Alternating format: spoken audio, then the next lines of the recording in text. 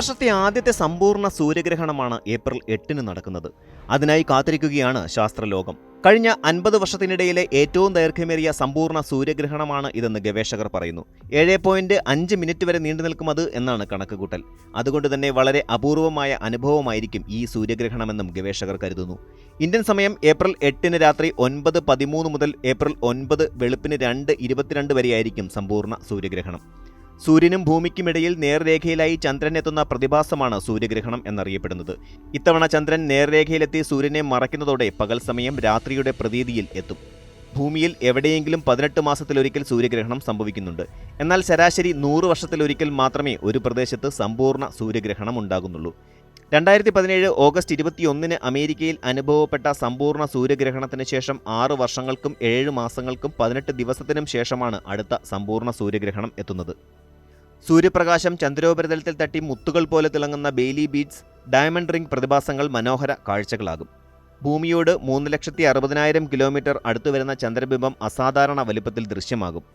സമ്പൂർണ്ണ സൂര്യഗ്രഹണ സമയത്ത് സൂര്യനും ചന്ദ്രനും ഭൂമിയും പൂർണ്ണമായി വിന്യസിക്കുകയും സൂര്യന്റെ മുഴുവൻ ഡിസ്കും ചന്ദ്രൻ മൂടുകയും ചെയ്യുന്നു. ഭാഗിക സൂര്യഗ്രഹണ സമയത്ത് ഇവ മൂന്നും പൂർണ്ണമായി വിന്യസിക്കപ്പെടുന്നില്ല. അതിനാൽ സൂര്യന്റെ ഒരു ഭാഗം മാത്രമേ ചന്ദ്രനാൽ മൂടപ്പെടുകയുള്ളൂ. പസഫിക് സമുദ്രത്തിന് മുകളിൽ 2150-ലെ ഇനി ഇത്രയും ദൈർഘ്യമേറിയ സൂര്യഗ്രഹണം ദൃശ്യമാകൂ. അതായത് 126 വർഷം ഇനി കാത്തിരിക്കണം. ഏറെ കൗതുകകരമായ മറ്റൊരു കാര്യം, ഇത്തവണത്തെ സൂര്യഗ്രഹണത്തെക്കുറിച്ച് 54 വർഷങ്ങൾക്ക് മുൻപ് പ്രവചിച്ച ഒരു മാധ്യമ റിപ്പോർട്ടാണ് ഇപ്പോൾ സമൂഹ മാധ്യമങ്ങളിൽ വൈറലായി മാറിയിരിക്കുന്നത്. 1970-ൽ US-ലെ ഒഹിയോ ആസ്ഥാനമായുള്ള ഒരു പത്രം അച്ചടിച്ച വാർത്തയാണ് ഇപ്പോൾ യാഥാർത്ഥ്യമായിരിക്കുന്നത്. ഈ പത്രവാർത്തയുടെ ചിത്രം Xലാണ് പങ്കുവച്ചിരിക്കുന്നത്. ഇതിൽ അടുത്ത സൂര്യഗ്രഹണം 2024-ൽ ദൃശ്യമാകുമെന്നും വ്യക്തമാക്കിക്കൊണ്ട് ഇതിന്റെ ചിത്രങ്ങളും പങ്കുവച്ചിട്ടുണ്ട്. ഇത് സോഷ്യൽ മീഡിയ ഉപഭോക്താക്കളെ ഒന്നടങ്കം അമ്പരപ്പിച്ചിരിക്കുകയാണ്. എങ്ങനെയാണ് ഇത്രയും കൃത്യമായി വർഷങ്ങൾക്ക് മുൻപ് തന്നെ ഇക്കാര്യം പ്രവചിച്ചത് എന്നും പലരും ആശ്ചര്യത്തോടെ പോസ്റ്റിന് താഴെ പ്രതികരിക്കുന്നു. എന്നാൽ അത്യപൂർവമായ ഈ ആകാശവിസ്മയം ഇന്ത്യ അടക്കമുള്ള മിക്ക ഏഷ്യൻ രാജ്യങ്ങളിലും ദൃശ്യമാകില്ല.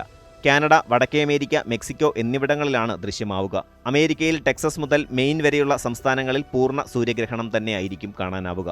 അമേരിക്കയിലെ മറ്റിടങ്ങൾ, ചില കരീബിയൻ രാജ്യങ്ങൾ, Colombia, Venezuela, Spain, Britain, Portugal, Iceland തുടങ്ങിയ രാജ്യങ്ങളിൽ ഭാഗിക സൂര്യഗ്രഹണം ദർശിക്കാം. പൂർണ്ണഗ്രഹണം ഏറ്റവും കൂടുതൽ സമയം അനുഭവപ്പെടുന്നത് മെക്സിക്കോയിലെ ടോറിയോണിലാവും. 4 മിനിറ്റും 28 സെക്കൻഡും. മറ്റ് സ്ഥലങ്ങളിൽ 3.5 മിനിറ്റ് മുതൽ 4 മിനിറ്റ് വരെയാണ് ദൃശ്യമാവുക.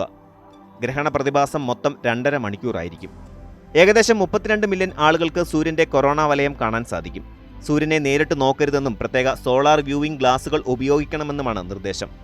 മെക്സിക്കോയിൽ നിന്ന് അമേരിക്ക വഴി കാനഡയിലേക്കാണ് ഗ്രഹണം വ്യാപിക്കുന്നത്. 115 മൈൽ വീതിയുള്ള ഗ്രഹണപാത ഈ പ്രദേശങ്ങളിലുടനീളമുള്ള 5 കോടിയോളം ജനങ്ങളെ പൂർണ്ണ ഇരുട്ടിലാക്കും. അമേരിക്കയിലെ 26 നഗരങ്ങൾ പൂർണ്ണമായും ഗ്രഹണത്തിലാവും. ഗ്രഹണത്തെക്കുറിച്ച് ധാരാളം കഥകളുണ്ട്. എന്നാൽ ഇതിന്റെ ശാസ്ത്രീയമായ അടിസ്ഥാനം നൂറ്റാണ്ടുകൾക്ക് മുമ്പ് തന്നെ മനസ്സിലാക്കിയവരാണ് നമ്മൾ ഭാരതീയർ. 1500 കൊല്ലം മുമ്പ് രചിക്കപ്പെട്ട ആര്യഭട്ടീയം എന്ന ഗ്രന്ഥത്തിൽ ഗ്രഹണത്തെ ശാസ്ത്രീയമായി വിശദീകരിച്ചിട്ടുണ്ട്. അതേസമയം നട്ടുച്ച നേരത്തൊക്കെയുള്ള ഗ്രഹണ സമയത്ത് സൂര്യനെ നേരിട്ട് നോക്കിയാൽ കണ്ണിന്റെ കാഴ്ച നഷ്ടപ്പെടും എന്ന കാര്യത്തിൽ സംശയമൊന്നുമില്ല. അതുകൊണ്ടുകൂടിയാണ് സൂര്യഗ്രഹണ സമയത്ത് പുറത്തിറങ്ങരുത് എന്ന് പഴമക്കാർ നമ്മോട് പറയുന്നത്. ഇന്ത്യയിൽ നേരിട്ട് സൂര്യഗ്രഹണം കാണാനാകില്ല എന്ന് കരുതി വിഷമിക്കേണ്ടതില്ല. ഈ പ്രതിഭാസത്തെക്കുറിച്ചുള്ള അവബോധം വളർത്തുന്നതിന്റെ ഭാഗമായി നാസ തത്സമയ ഓൺലൈൻ സ്ട്രീമിംഗ് നടത്തുന്നുണ്ട്. 3 മണിക്കൂർ നേരത്തേക്ക് നിരവധി വടക്കൻ അമേരിക്കൻ പ്രദേശങ്ങളിൽ നിന്നുള്ള കാഴ്ചകൾ നാസ തത്സമയം സംപ്രേഷണം ചെയ്യും.